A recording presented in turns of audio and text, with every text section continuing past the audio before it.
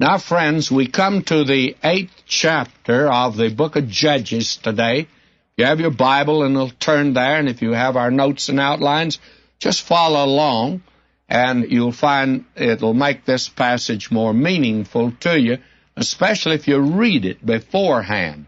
Now, here in the 8th chapter, we have a continuance of the record of this man Gideon, who was the judge. And you'll notice that we have more concerning Gideon than any other judge. This man Gideon, we began with him actually in chapter 6, chapter 7, and chapter 8. And then, of course, in chapter 9, we have the story of his son. There's a question whether he was a judge or not. But we have this rather extended section here, and we'll be, of course, taking that up now. Here in the 8th chapter, you find that these are the events that came to pass after this remarkable deliverance that God gave through Gideon over the Midianites.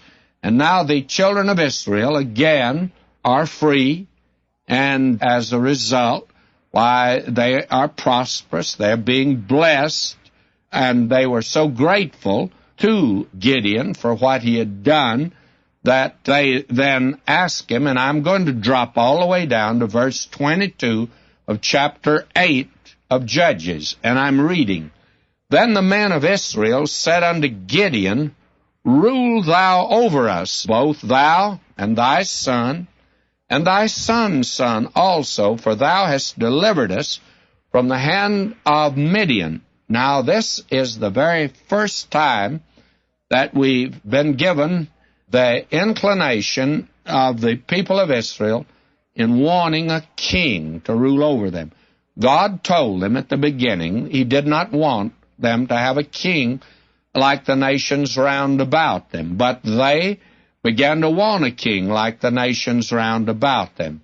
And because Gideon had delivered them, they asked him now to accept that position. Now, he's the first one that apparently it's been offered to, and he turned it down.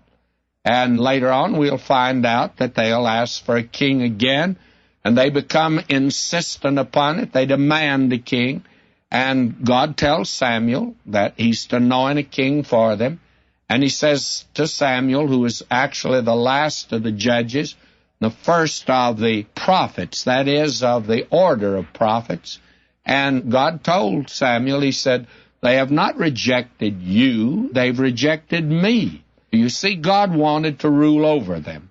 And in this case, why, it was God that had used Gideon so remarkably, but now the men of Israel, they want Gideon to rule over them. And not only Gideon, but his son and his son's sons, which means they want a king like the other nations that are round about them.